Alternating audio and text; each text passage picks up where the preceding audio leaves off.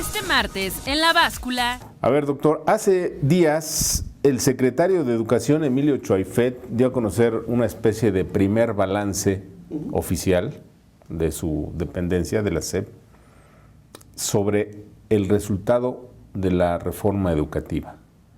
En su opinión, de manera muy concretita. Híjole, me la pones difícil.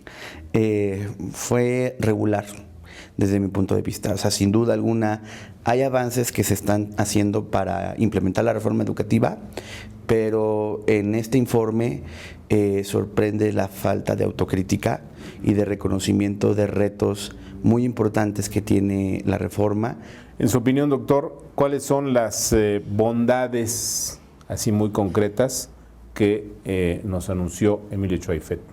Por un lado, el reconocimiento de que ya se hizo un concurso para el ingreso al servicio profesional docente, que se están haciendo por parte del INE los lineamientos para la evaluación de los maestros en crítica o en la autocrítica. Es uno, reconocer con todo el énfasis del mundo los retos que hay en diversos estados. El más emblemático es Oaxaca, pero no es el único. Pero dijo, no nos desesperemos. ¿A quién le hablaba? Pues yo creo que trataba de mandar un mensaje en general al país, de la reforma educativa avanza. Hay un caso excepcional que es Oaxaca, pero se va a resolver. Entonces, pues es muy difícil que le digas a un padre de familia, pues no te desesperes, pues ¿qué hacemos? Hay otros que han dicho, doctor Marco Fernández, que la educación no se puede imponer con militares, con policías o con la fuerza pública. Esa declaración omite ver la circunstancia política en la que ocurre la educación de Oaxaca. Cuando uno quiere aplicar la ley, los ha llamado al diálogo, han intentado darles información a través del censo, lo bloquean las pruebas estandarizadas, bloquean PISA, no van a clases y demás. ¿Cómo se hace cumplir la ley si no es, lamentablemente, por medio de la fuerza del Estado mexicano? A ver, ¿los gobernadores se han convertido en un obstáculo para la reforma educativa? Los 8 de la controversia, más estados que no han querido aceptar que hay irregularidades en las nóminas magisteriales que desnudó el censo. ¿El gobierno federal está sometido por los gobiernos estatales? La federación no tiene los instrumentos para aplicar ciertas cosas de la reforma en los estados. Pero porque los gobernadores se ponen del lado de la CENTE en lugar de ponerse del lado de la educación. Sí, o sea, en Guerrero y en Oaxaca, en ambos lados, en vez de estar queriendo limpiar la nómina magisterial, están pidiendo más recursos federales o incluso anunciando, en el caso de Oaxaca, que van a pedir préstamos para poder pagar salarios de plazas. ¿Por qué al final de cuentas todos los conflictos van a parar a la Ciudad de México, en donde se hacen manifestaciones, en donde se les unta la mano de dinero a los dirigentes de los maestros, en donde se negocia la ley y la propia Constitución sin que pase nada? Porque, por un lado, el tipo de federalismo que tenemos hace que sea muy dependiente en los estados de las transferencias federales.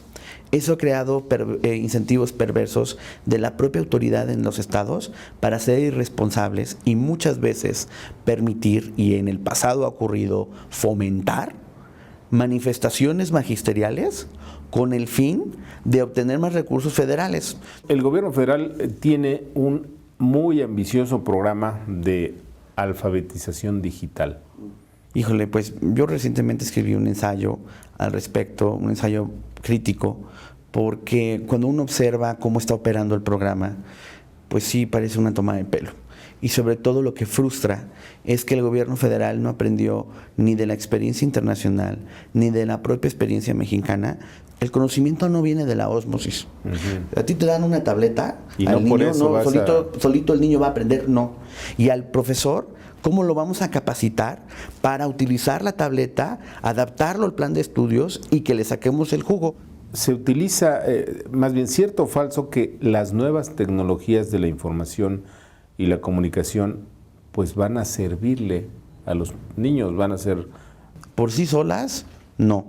tienen que ser acompañadas por planes de capacitación docente, por adaptación de los materiales educativos para que puedan sacarle jugo. Se supone que a todas las escuelas públicas se les ha dado, pero de acuerdo precisamente al censo educativo, había una serie de escuelas en los estados sin energía eléctrica, sin acceso a internet.